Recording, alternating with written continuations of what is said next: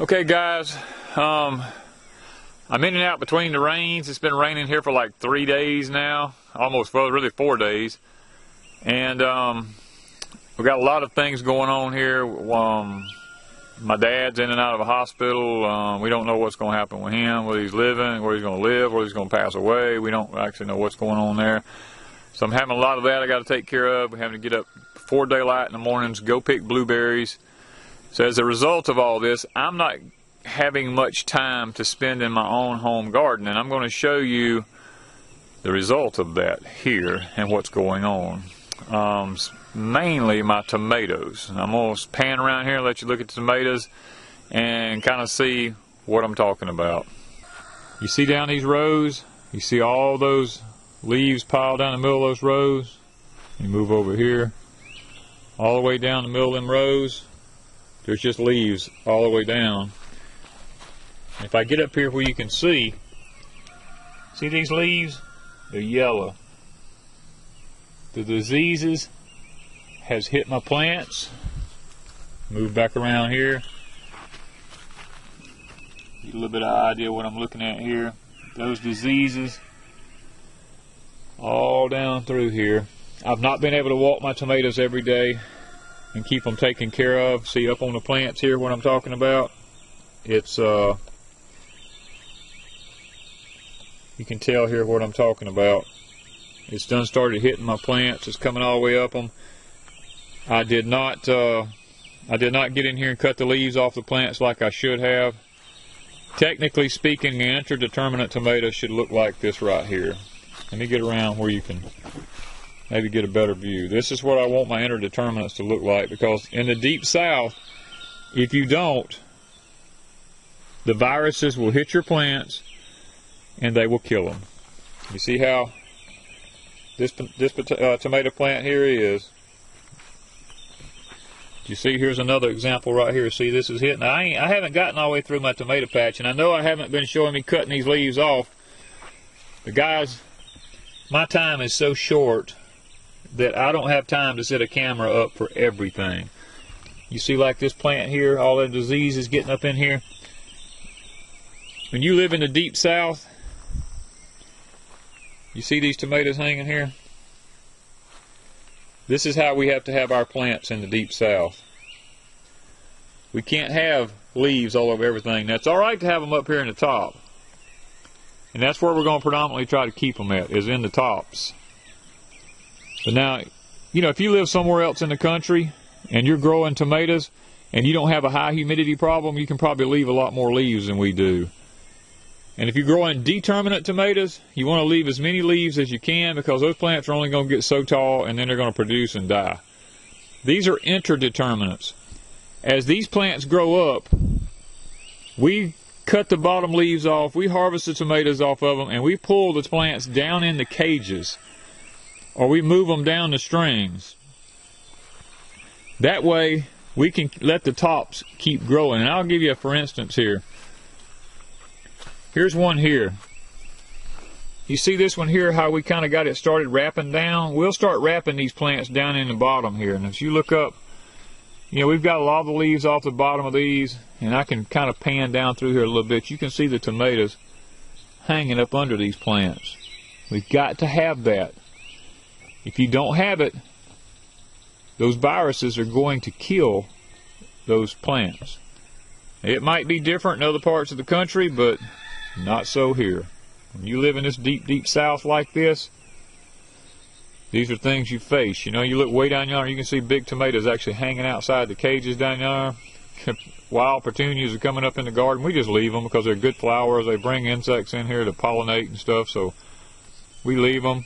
You know, and I still have a few tomatoes that's turning.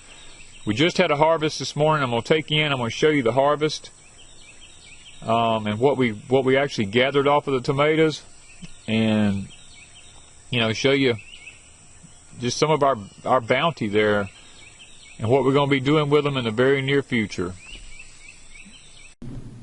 Okay guys, I'm in the house here. We went and picked tomatoes this morning. Have to excuse a little bit of shakiness here, but it's just trying to get it stabilized. Okay, these are some of the Amish paste tomatoes that we went and picked. In the Deep South, you cannot let your tomatoes stay on there till they ripen totally, because if you do, insects here will get them. When you don't use any kind of chemical sprays, you have to do that. Now I want to show you some of the size of some of these tomatoes. If I can hold my hand out there, that's how big these tomatoes are. I've got big hands, and these tomatoes are huge. Probably weigh a pound a piece, you know. We're letting them sit here until they, you know, you look at them. They're just big tomatoes.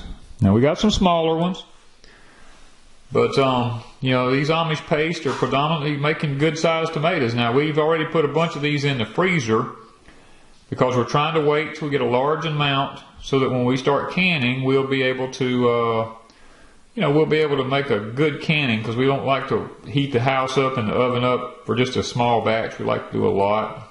We're going to make a lot of salsa this year.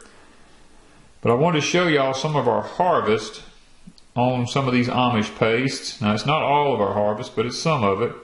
Now these right here, these will be, a couple of these is going to be put in the freezer. You know, some of them is getting ready. We use the Amish paste here, not because there's anything magic about it or anything like that. It is an interdeterminant.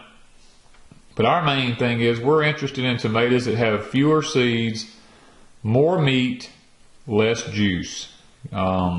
These just seem to fit the cart for us. These are seeds that I have saved. I've been saving my own Amish paste tomato seeds now for probably 6 to 7 years. And you know, in the beginning we had a lot of problems with them, but the seeds are pretty much acclimating to our environment, so it's working out really good for us. Now we do still have problems. I'm not going to say that there's anything magic about them. I mean, we do have problems. We get the blights, still will hit, especially like now, as I showed you in the earlier part of the video. We've had 3 to 4 days of rain, got 5 more days of rain coming up. So you know, we have to fight that. It doesn't matter what variety it is. Like I showed you, the determinant ones we have on the hill over yonder I bought because I didn't know what was in the ground, what kind of viruses was present. I bought a determinant that was VFN, TM, all the different you know, resistances that was there. You know, we're going to probably lose those because of the funguses and the molds are just running up the plants, and I can't stop it. They're a determinant. They're only going to grow so high, and once all the top leaves are eat up, then the plant dies. And unless something happens, we probably won't get a good harvest off of them, if we get any at all.